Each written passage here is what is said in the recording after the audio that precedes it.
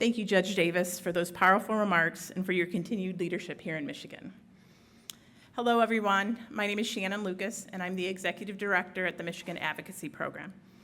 And it is now my honor to introduce someone who shares a deep commitment to making our justice system work for everyone, especially those too often left out or left behind.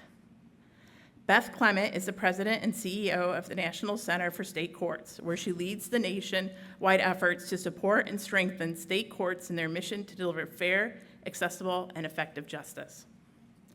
Many of us here in Michigan also know Beth as a former justice, the Chief Justice of the Michigan Supreme Court.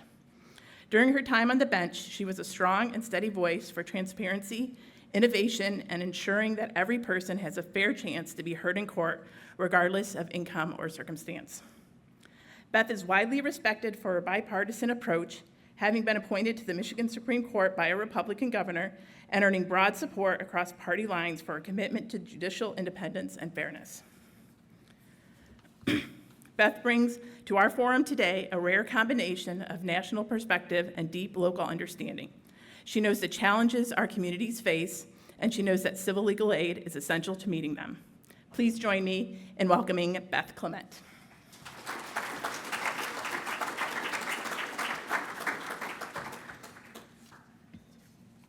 Well, thank you very much, and I'm so excited for the opportunity to be here to speak with you all today.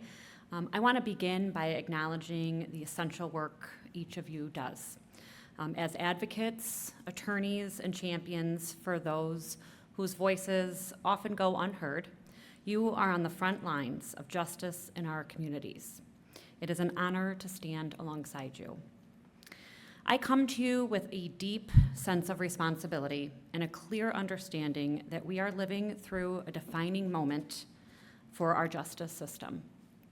My background includes work in all three branches of government, as well as private practice, including court-appointed cases for those in need of representation but unable to afford it.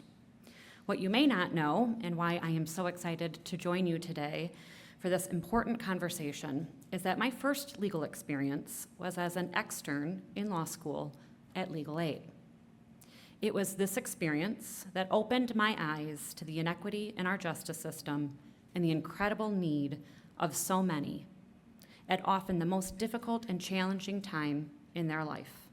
It was that reality, the people, their stories, their often desperate need for help navigating the justice system that has resonated with me throughout my career and was one of many passions that led me to leave the court and take on the leadership role at the National Center. Our shared mission must rise to meet the urgent need for equitable access to justice, especially for those who cannot afford legal help.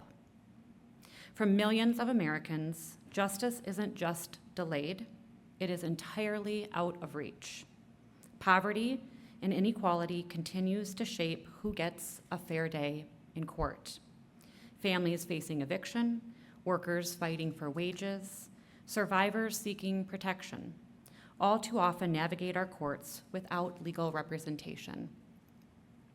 This reality underscores just how critical our work is, not just for the legal system, but for the people it serves.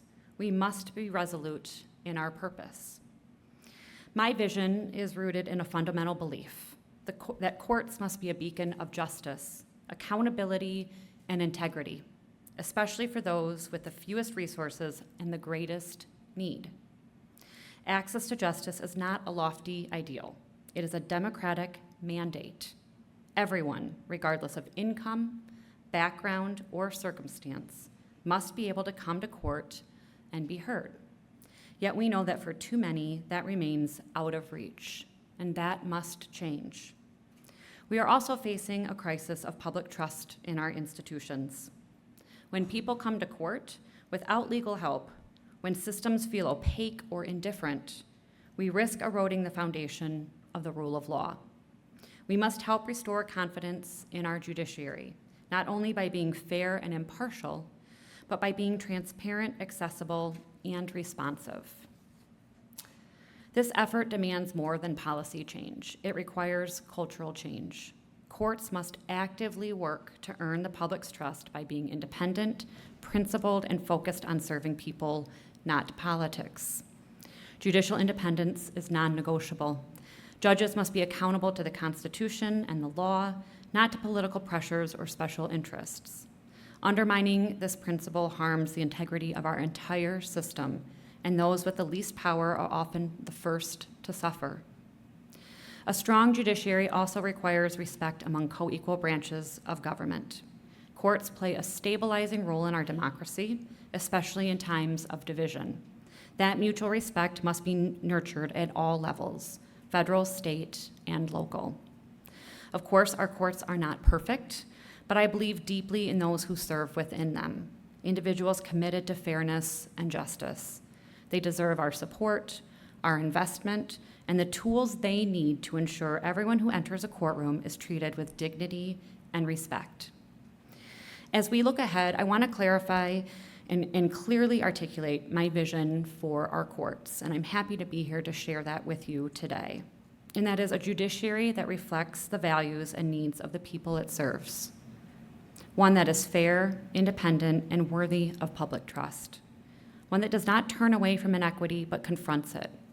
And that starts with how we serve the most vulnerable. So what does that look like in practice? Part of the vision centers on transforming the court experience for those navigating poverty and other barriers. So we need to simplify legal information using plain language and user-friendly digital tools, including websites and mobile apps. We need to support civil diversion programs and in partnership with legal service providers, giving people time, resources, and space to resolve disputes thoughtfully.